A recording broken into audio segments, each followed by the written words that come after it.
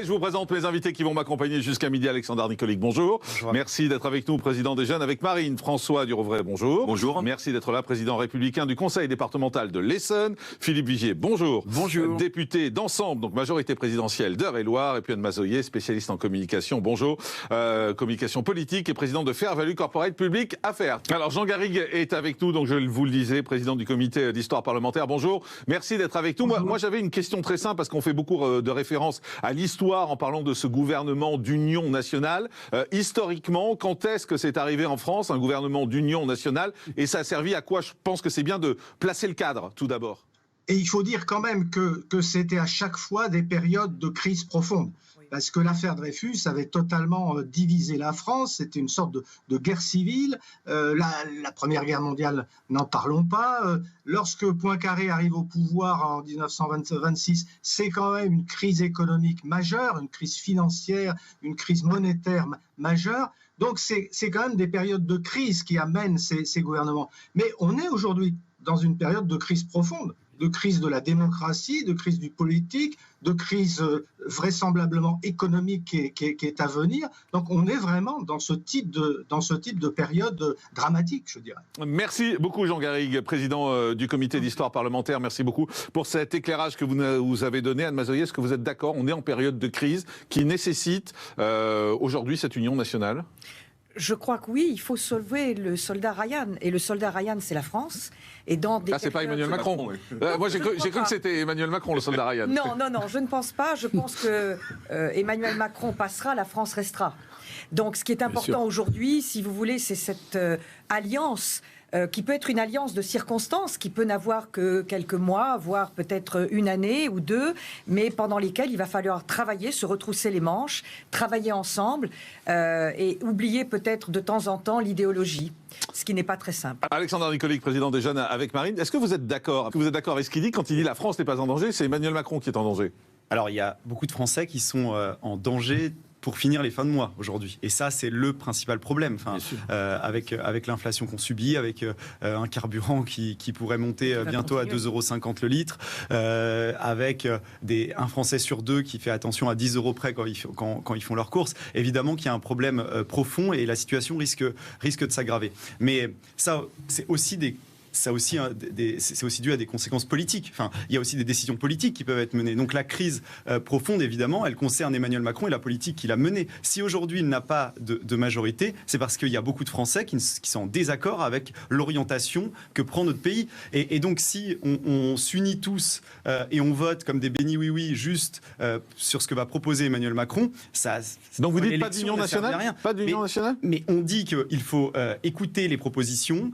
Quand ça va dans le bon sens, il faudra les voter, mais il faudra aussi proposer des amendements, des corrections, parce qu'on représente des électeurs qui ont envie d'une autre orientation. Je parle du carburant là, par exemple, la TVA à 5,5%, revenir sur les augmentations de la TICPE, faire en sorte que les Français puissent revivre et sortir la tête de l'eau, par exemple. Et s'ils se sont exprimés dans ce sens-là lors de cette élection législative, c'est justement pour qu'on propose autre chose. Et c'est ce qu'on fera.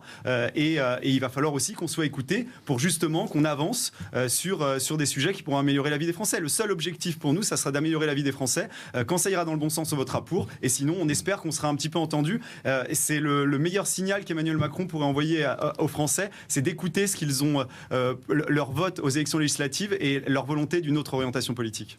On est en direct avec Antoine Léaumont, député de l'Essonne, de la France Insoumise, justement, nouveau député. Bonjour, merci beaucoup d'être en direct avec nous. Question très simple, vous rejetez totalement cette idée d'union nationale? Oui, il me semble un peu compliqué de faire l'union avec la retraite à 65 ans, de faire l'union avec pas d'augmentation du SMIC, de faire l'union avec pas de blocage des prix. On peut pas gouverner avec quelqu'un avec qui nous sommes en tout point opposés.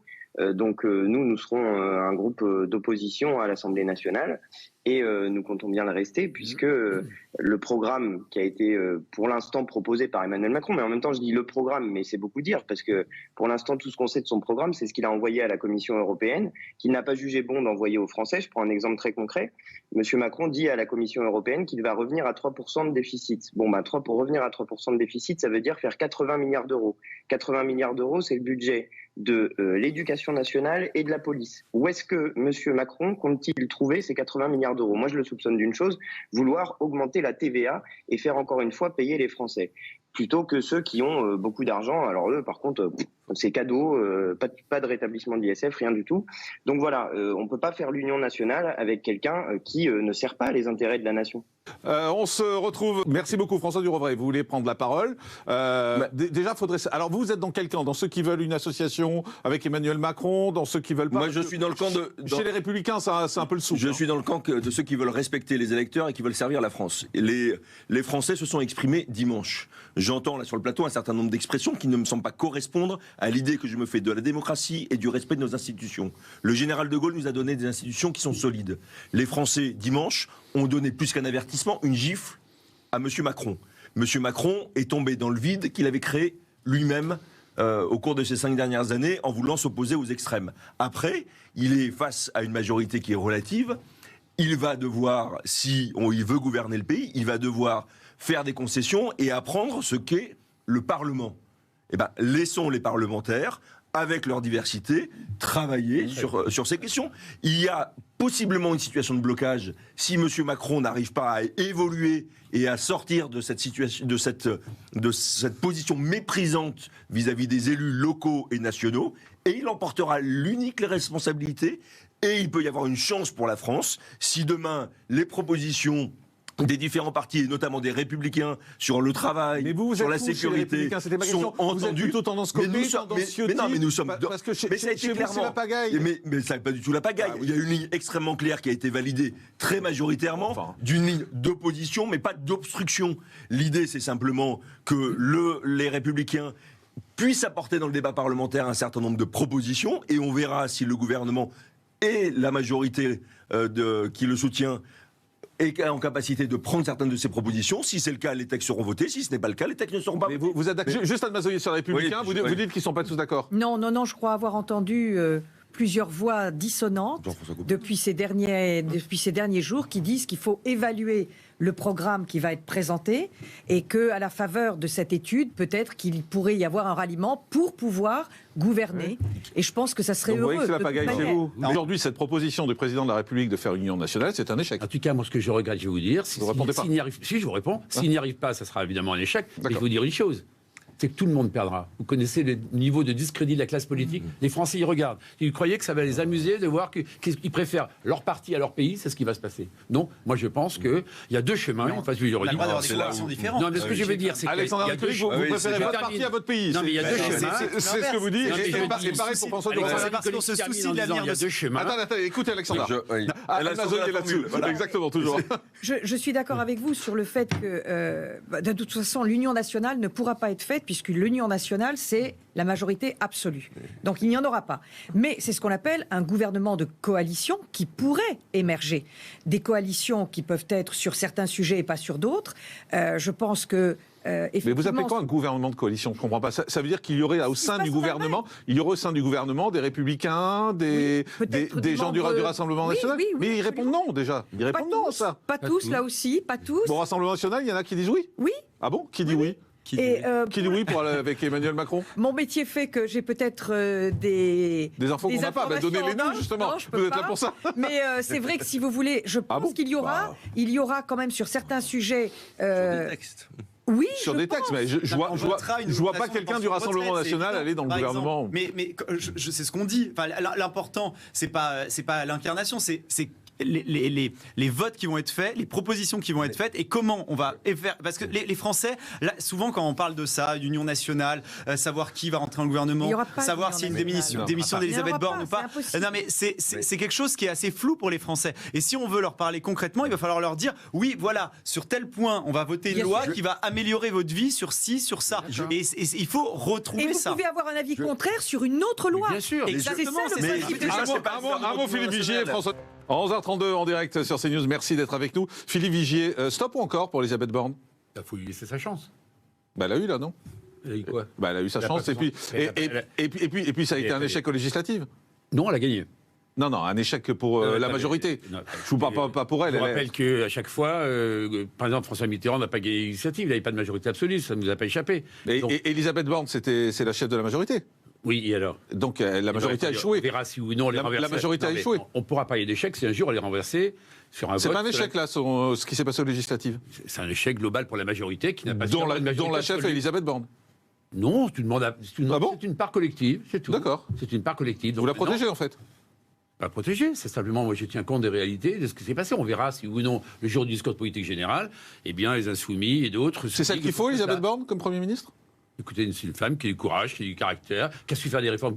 On a oublié la réforme de la SNCF, qui est-ce qu'il a fait? C'est elle. Est-ce que le pays a été complètement bloqué? Non, elle a réussi à le faire. La réforme de l'assurance chômage. Donc c'est celle de l'assurance chômage. Vous me dites c'est celle le truc qu'elle est courageuse, qu'elle est capable de porter des réformes. Ensuite, on verra si oui ou non, on arrive à constituer cette fameuse majorité de projets. Si on n'y arrive pas, on verra autre chose. Non, Elisabeth Borne, excusez-moi, je vous interromps, je vous laisse finir. Ouais, bien sûr. Non, allez-y, c'est moi qui vous ai donné la parole. Non, en réalité, Elisabeth Borne est une femme de dossier, et c'est ce qu'il faut, parce que ce sont des dossiers cruciaux qui vont se jouer à la rentrée, des dossiers qui vont certainement susciter des polémiques. Moi, ce que je tiens à dire ici... Donc elle est bien à sa place, c'est ce que vous voulez dire? Je pense qu'elle est bien à sa place, parce qu'en plus, elle n'est pas excessive.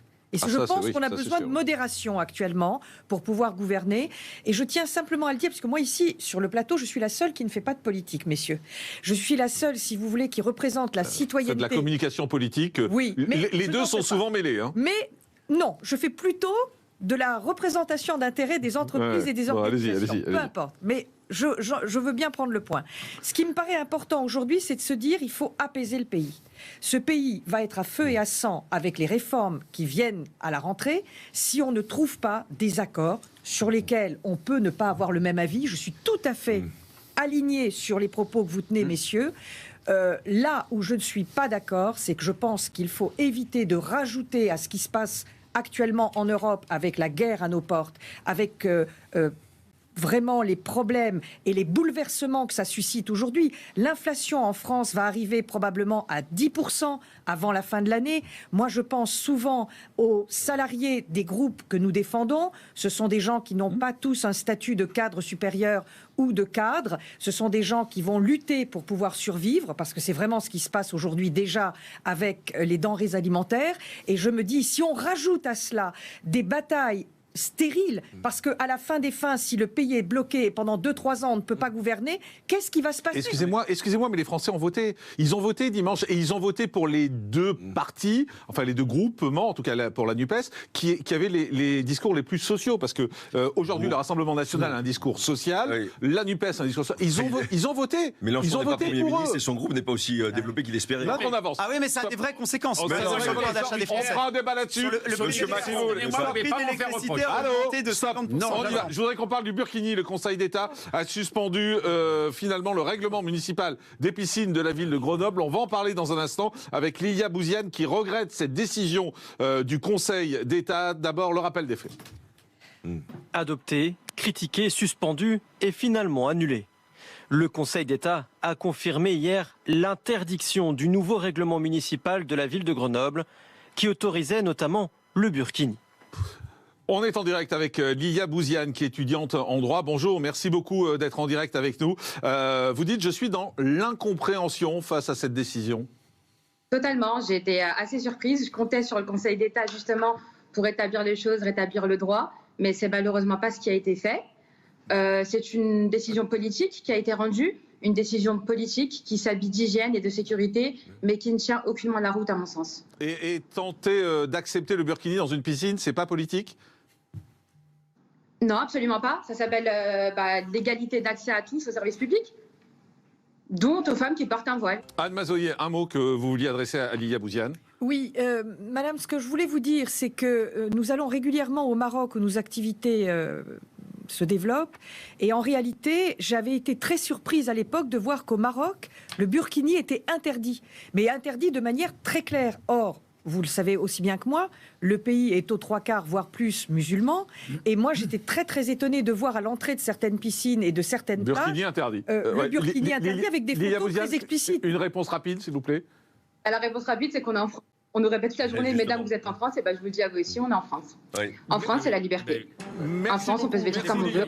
Donc ça voudrait dire qu'au Maroc, c'est pas la liberté. Merci d'avoir été en direct avec nous pour réagir et d'avoir débattu avec nos invités. Merci à tous d'avoir été avec nous. On est à la bourre, désolé pour le retard. On se retrouve demain en direct à partir de 10h35. Bye bye, à demain.